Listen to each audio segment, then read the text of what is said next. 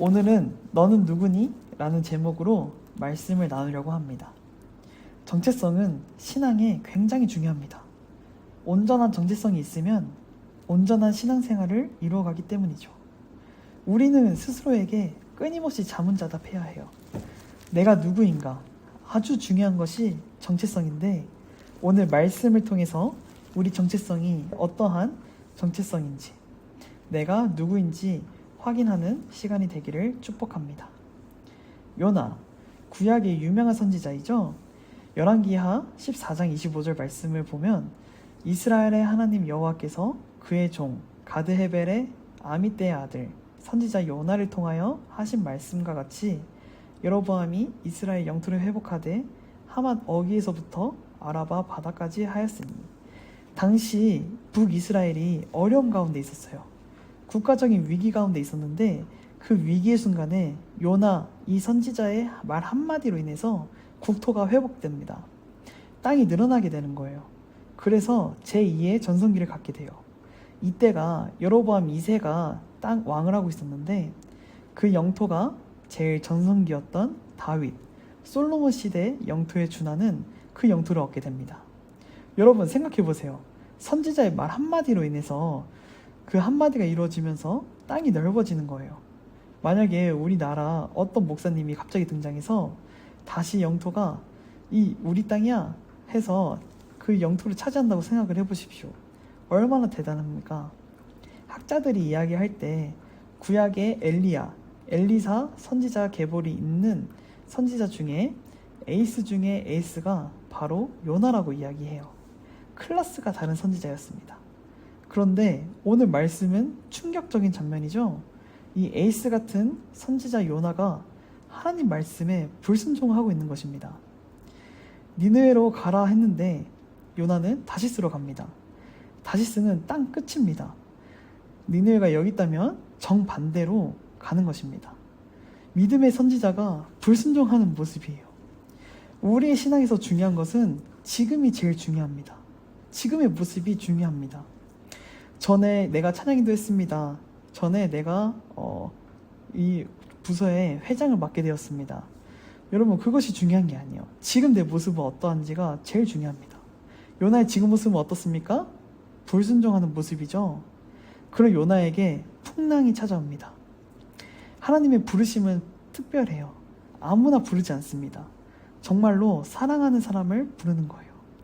우리 삶 가운데서도 내가 예수님을 믿으면서 또 말씀에 순종하면서 왔는데 이 부르심이 싫을 때가 있어요. 어느 순간에 싫어할 때가 있습니다. 이때 무엇이 찾아오는지 아십니까? 풍랑이 찾아옵니다.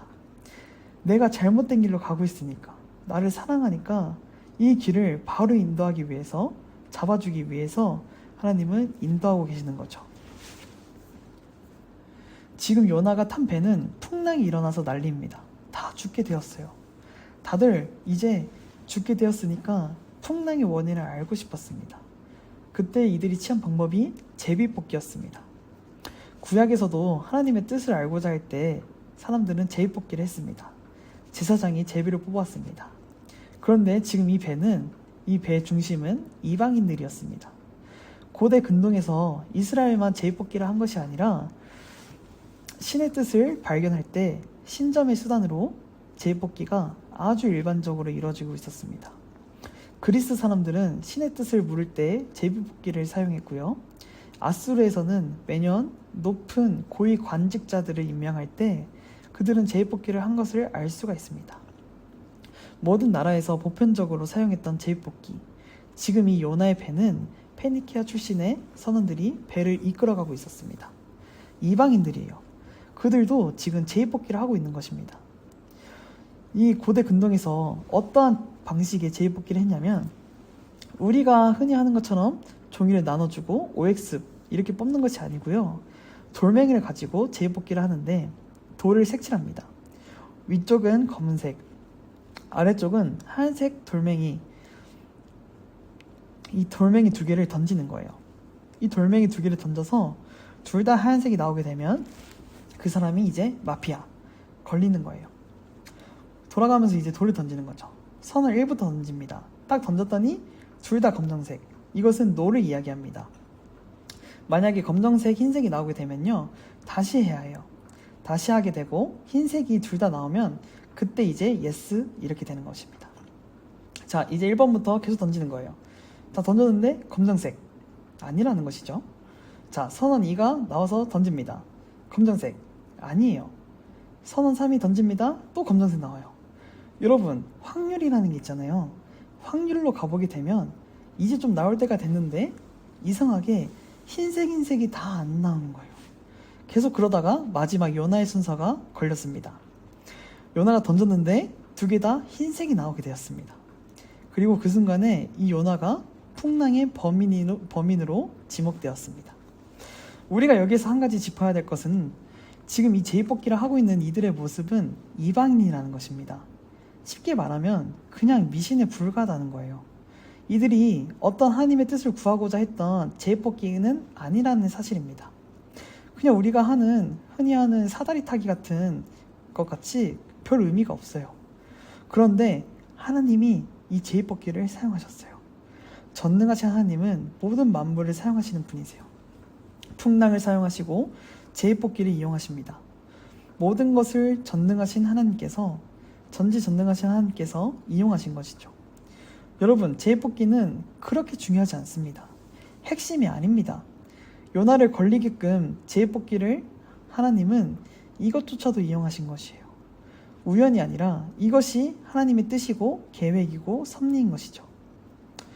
하나님께서 멀리 떠나려고 노력하더라도 하나님께서는 늘 드러나게 하세요. 하나님은 우리를 포기하지 않으시고 늘 끝까지 함께 하십니다.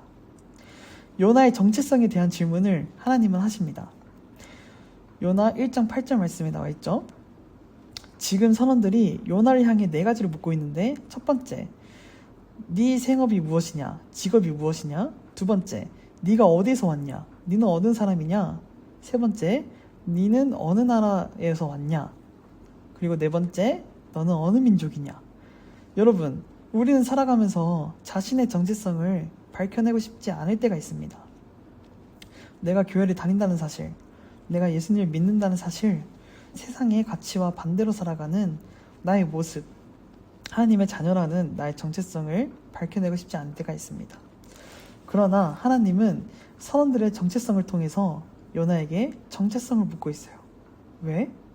요나는 자신의 정체성을 망각하고 불순종하고 있으니까 하나님은 요나를 쫓아가고 있습니다. 시편 139편 말씀에도 이렇게 나와 있죠. 내가 주의 영을 떠나 어디로 가며 주의 앞에서 어디로 피하리까? 내가 하늘에 올라갈지라도 거기 계시며 수월에 내 자리를 펼지라도 거기 계시니이다. 내가 새벽 날개를 치며 바다 끝에 가서 거주할지라도 거기서도 주의 손이 나를 인도하시며 주의 오른손이 나를 붙드시리이다. 요나 1장 9절에 처음으로 요나의 대사가 나옵니다. 요나의 3가지 대답이 나오는데 이 3가지는 요나의 정체성을 말하고 있습니다. 첫 번째, 히브리 사람.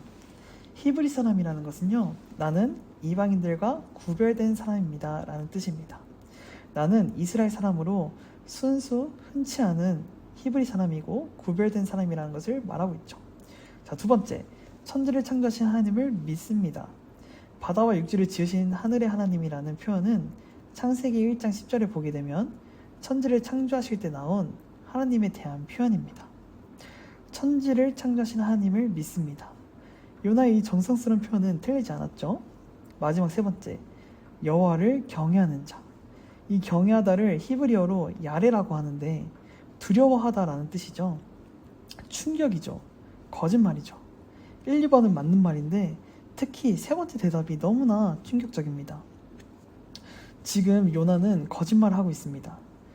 지금 요나가 하나님을 두려워하고 있습니까? 경외하고 있습니까? 아니요, 전혀요. 여러분, 하나님을 경외하는 것, 두려워하는 것의 의미가 무엇인 줄 아십니까? 첫 번째로 하나님을 두려워한다는 것은, 또 하나님을 경외한다는 것은 하나님의 말씀을 결코 피할 수 없습니다.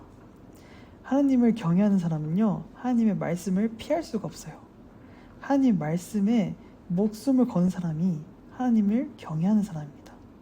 하나님을 경외하는 사람은 사람의 눈치를 보지 않아요. 사람의 시선이 전혀 두렵지 않습니다. 오직 하나님의 말씀이에요. 모든 기준점이 하나님의 말씀이 되는 것이죠. 요즘 이 시대를 보게 되면요, 하나님에 대한 두려움이 상실된 시대라는 생각이 들 때가 있습니다. SNS를 통해 보면 친구랑 담배 피고 또 술 마시는 것을 과감하게 올려요. 호텔에서 찍은 사진, 수영장 사진을 그냥 올려요. 아무런 거리낌이 없습니다. 하나님에 대한 두려움이 사라져버린 이 시대의 모습을 우리는 보고 있습니다. 이중우 목사님이 여러분들에게 계속 강조하는 말씀이 있죠. 주일 성수, 예배의 자리를 지켜라. 공부, 학원, 여행보다 더 중요한 것이 예배의 자리를 지키는 것이다. 주일 성수는 하나님의 날이고 하나님을 우리가 온전히 섬겨야 되고 하나님에 대한 두려움이 있어야 돼요. 이게 우리의 신앙이고 우리의 믿음이죠. 하나님에 대한 두려움이 없으면 주일 성수를 제대로 하지 않잖아요. 믿음으로 갈 수가 없습니다. 이게 지금 이 시대에 여전히 안타까운 모습이에요. 지금 요나의 모습을 보게 되면 하나님을 향한 두려운 마음이 전혀 없어요. 경외하는 마음이 전혀 없습니다. 요나는 불순종의 아이콘이었습니다. 그래서 자신의 정체성에 대해서 거짓말하고 있어요. 두 번째로 하나님을 경외하는 사람은요, 늘 하나님의 얼굴을 구합니다. 하나님을 보는 것이 최고의 기쁨이 되는 거예요. 그런데 요나는 피합니다.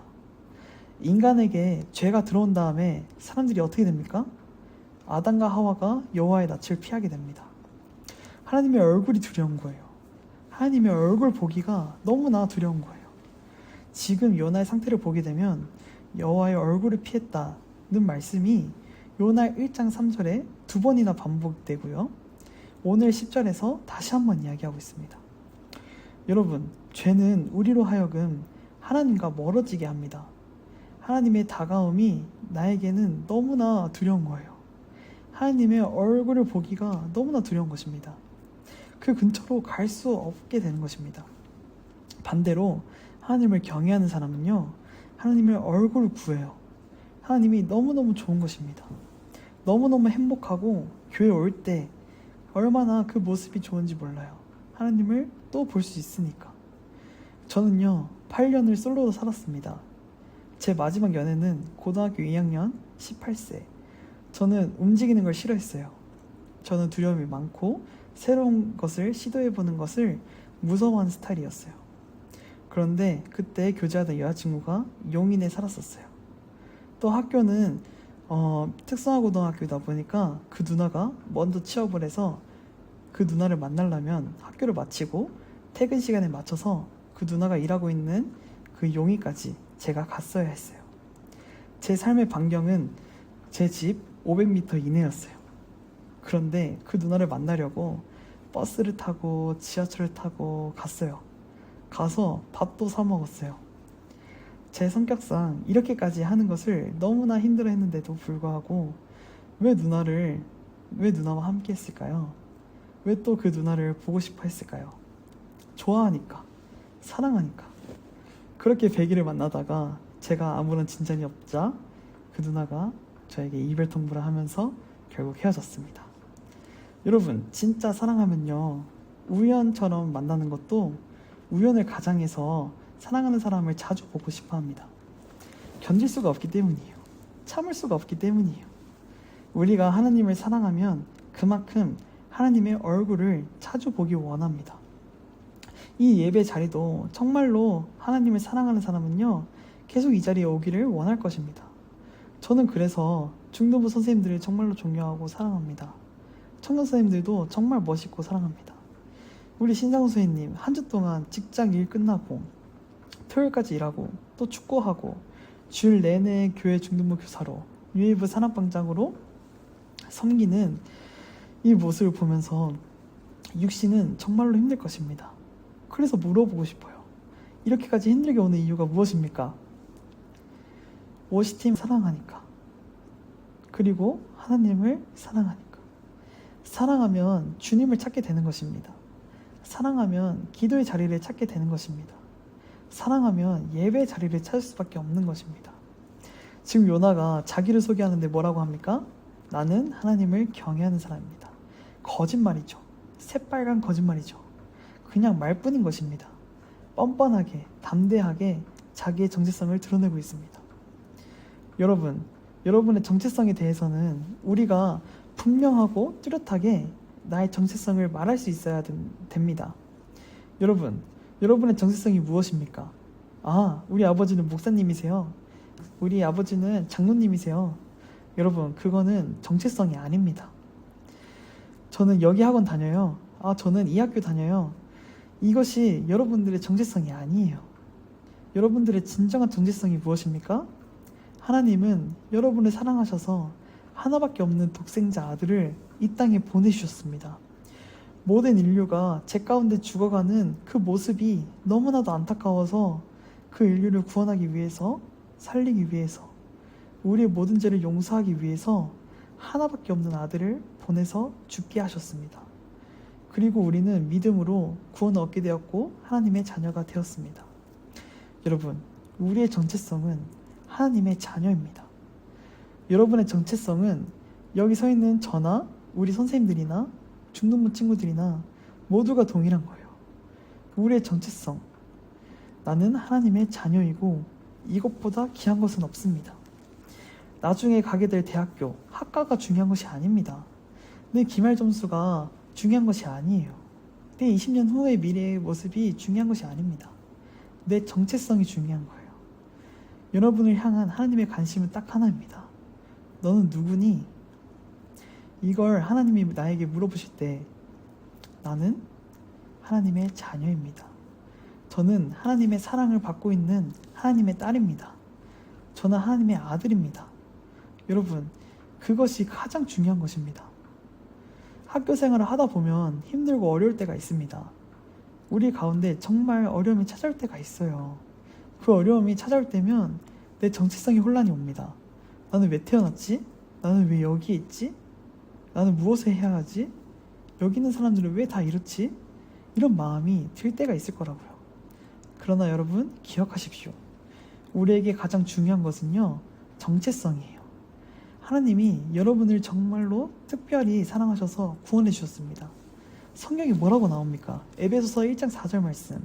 곧 창세 전에 그리스도 안에서 우리를 택하사 우리로 사랑 안에서 그 앞에 거룩하고 흠이 없게 하시려고 우리를 창세 전에 구원하셨다고 성경에 나와 있습니다.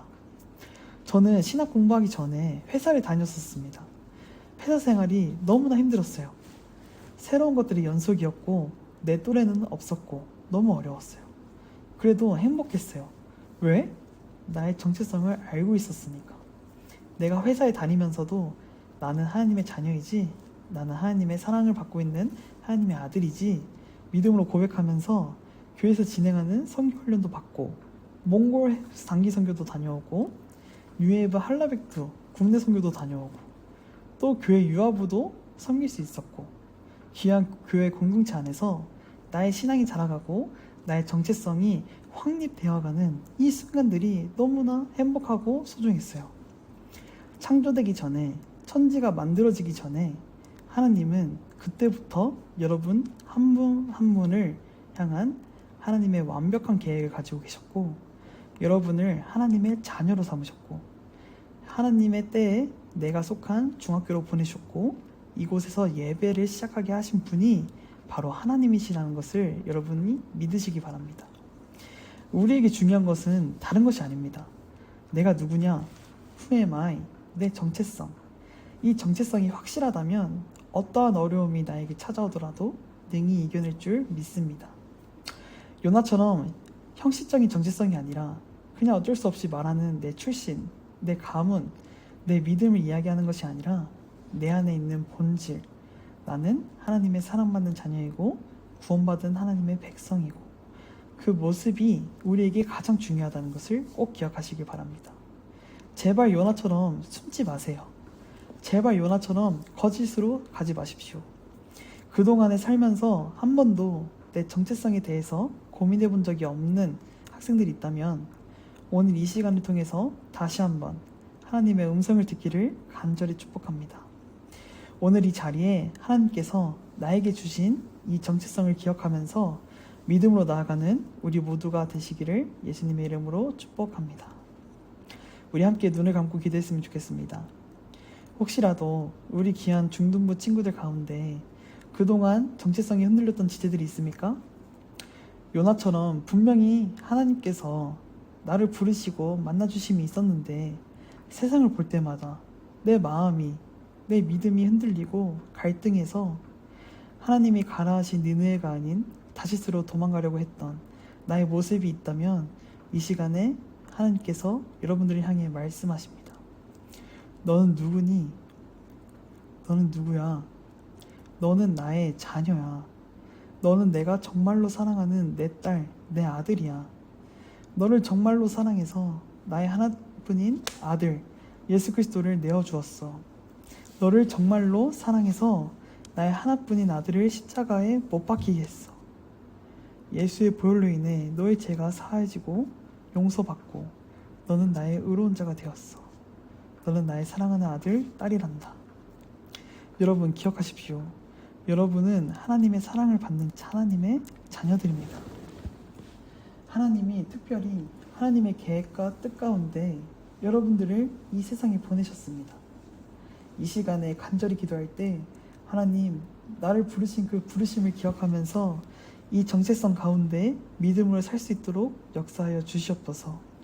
하나님이 보내신 그 정체성으로 인해서 믿음으로 승리하고 믿음으로 달려나갈 수 있는 믿음의 자녀들이 될 수 있도록 주님 도와달라고 우리 함께 기도하며 나아가겠습니다.